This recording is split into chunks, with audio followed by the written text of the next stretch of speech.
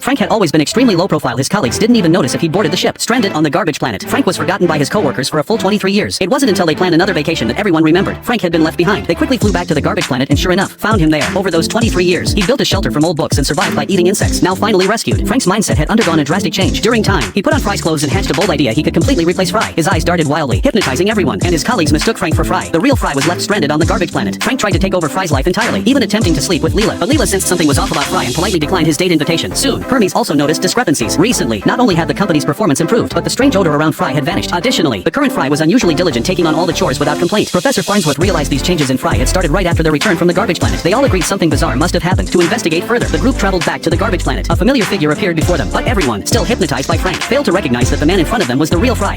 He is Fry.